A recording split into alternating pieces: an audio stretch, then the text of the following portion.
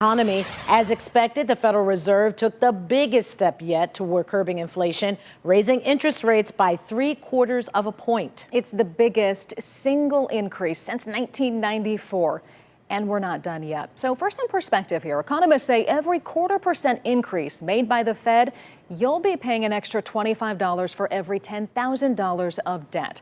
Now, while it's easier to find ways around these hikes when it comes to the high price for gasoline, walking, taking the bus, riding the bike, maybe, it is a lot tougher to get around the rising costs of groceries.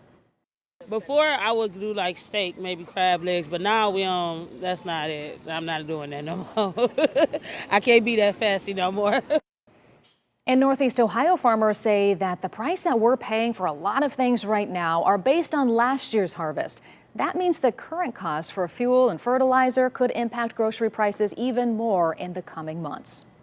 So in anticipation of the hike, mortgage rates soared. The average rate for a 30-year fixed rate mortgage is now more than 6%. So the question is, does that mean the market will cool? Our John Rudder looked into what realtors and home buyers are seeing now in Northeast Ohio.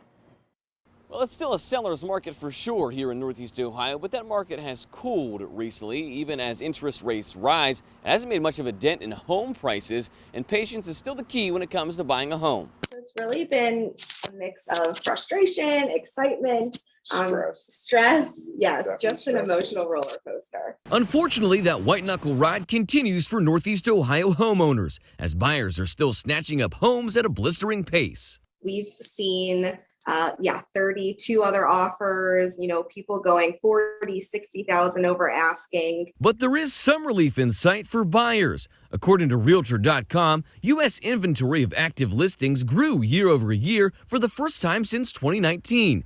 And the median listing prices in May for Cleveland were actually down 2.3%, hovering around $215,000. Last year, even 2 years ago, when we might be competing against 20 or 30 other offers, maybe it's only 5 to 10 other offers at this point. But the number of new listings in Northeast Ohio is down compared to the rest of the country, and that's led to some people dropping out of the race, especially as interest rates continue to go up. Buyer fatigue is definitely real, and there are some buyers who are just like, I can't compete. Thompson says rising rent prices also makes Northeast Ohio an attractive market to buy, even as those rent prices lag behind the rest of the country. Average sales prices are still a lot lower than a lot of other markets, and so the cost of living overall is lower, so Northeast Ohio is the place to be. So what's the key? The Connors say not to stress and that persistence is key. My advice for people in the same situation right now is really just be patient. Especially when you put an offer in on a house and you